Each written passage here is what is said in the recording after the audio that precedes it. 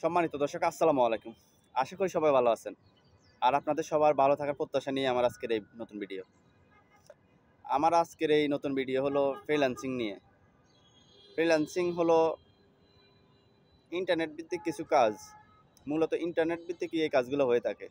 যে কাজগুলো আমরা ঘরে বসে থেকে বা অফিসে অবসর সময়ে আমরা আমাদের অবসর সময়টাকে কাজে লাগাই, এই কাজগুলো রিমোটলি করে থাকি সাধারণত।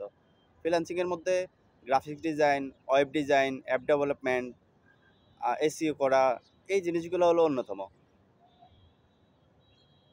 তো বিভিন্ন বড় বড় কোম্পানি কি করে তাদের কাজগুলা কম খরচে করানোর জন্য কিংবা তাড়াতাড়ি করানোর জন্য, সময় বাঁচানোর জন্য এই ফ্রিল্যান্সারদের নিয়োগ দেয়। আর ফ্রিল্যান্সাররা এই কাজগুলো করে কিছুটা ইনকাম করে, উপার্জন করে থাকে।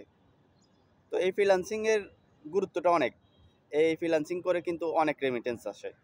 কেমন? ফ্রিল্যান্সিং করার মাধ্যমে ইনকাম অনেক হয়। মোটামুটি যারা সফল ফ্রিল্যান্সার তাদের অনেক ইনকাম হয়, যেটা আপনি সারাদিন যারা ওই কষ্ট করে খাটতেছে তাদের চাইতেও বেশি তাদের ইনকাম করতে পারতেছে। তারা কিভাবে করতে পারতেছে? কারণ তারা যেই জিনিসটা নিয়ে, যে বিষয়টার উপরে ফোকাস করে, যেই বিষয়টা নিয়ে তারা কাজ করে, সেই জিনিসটার উপর তারা জিনিয়াস।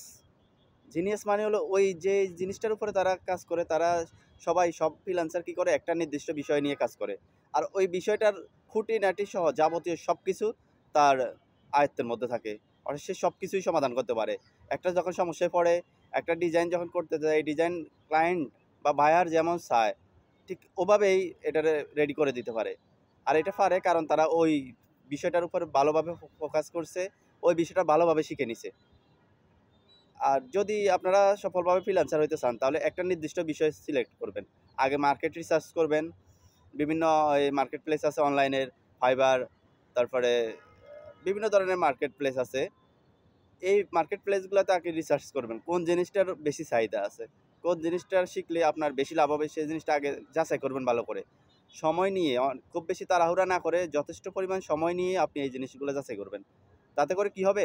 আপনি একটা নির্দিষ্ট বিষয় পাবেন, যে বিষয়টা তারপরে ওই একটা নির্দিষ্ট বিষয় চুজ করার পরে আপনি সেই বিষয়টার উপর ভালোভাবে দক্ষতা নেবেন, দক্ষতা বাড়াবেন নিজের।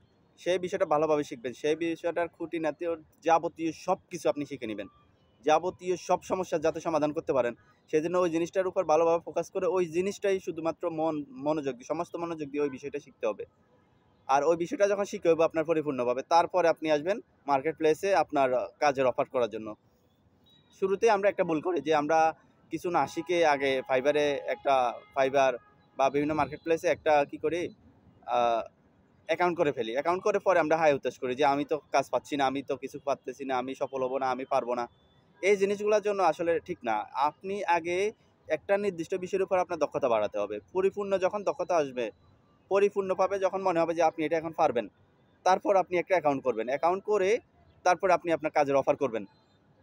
তাহলে আপনি সফল হবেন। আপনি যদি কোনো কাজ ছাড়া, কোনো কাজ শিখা ছাড়া মোটামুটি শিখে একটু প্রাথমিক বেসিক নলেজ নিয়ে যদি আপনি আ অনলাইনে কাজ শুরু করেন, মার্কেটিং শুরু করে দেন, তাহলে আপনি কিন্তু কিছুই পারবেন না। এইজন্য চেষ্টা করবেন, সবাই চেষ্টা করবেন, মানে এটাই করবেন যে আগে একটা কাজ, যেকোনো কাজ, যেকোনো বিষয়ের উপরে ওই কাজটারে পরিপূর্ণভাবে শিখবেন। পরিপূর্ণভাবে শিখার পরে তারপরে আপনি এই ফাইবার বা ওই যে freelancer.com বিভিন্ন যে ইয়েগুলো আছে, মার্কেট প্লেসগুলো আছে, এগুলোতে অ্যাকাউন্ট করবেন। আগে কাজ শিখবেন, তারপরে অ্যাকাউন্ট করবেন, তারপরে মার্কেটিং করবেন, তারপরে আপনি কাজ পাবেন। আপনি $1-2 কাজ হয়তো দিয়ে শুরু করবেন, কিন্তু সামনের দিকে আপনি অনেক ইনকাম করতে পারবেন। সেক্ষেত্রে আপনার দক্ষতা যেমন বাড়বে, দক্ষতা বাড়ানোটা হলো প্রধান ব্যাপার। আসলে অনলাইনে যে কম্পিটিশন, এখানে হাজার হাজার কম্পিটিটর আছে, এর মধ্যে আপনি আপনার দক্ষতাটা দেখাতে হবে। আর যদি আপনি দক্ষ হন, আপনি যদি একটা কাজে একজন বায়ারকে খুশি করতে পারবেন, তাহলে দেখবেন ওই বায়ারটা তার যাবতীয় কাজ আপনাকেই রেফার করবে এবং অন্যদেরকেও আপনাকে রেফার করবে, যে অন্যরাও যাতে অন্যদের কাজগুলো আপনাকে দেয়। এজন্য দক্ষতাটা হলো বড় জিনিস।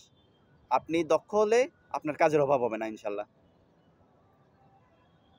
যাক, সবাই চেষ্টা করবেন ভালোভাবে। ফ্রিল্যান্সিংয়ে যদি ক্যারিয়ার করতে চান তাহলে যে বিষয়ের উপরে ফ্রিল্যান্সিং করবেন ওই বিষয়টা ভালোভাবে শিখার চেষ্টা করবেন।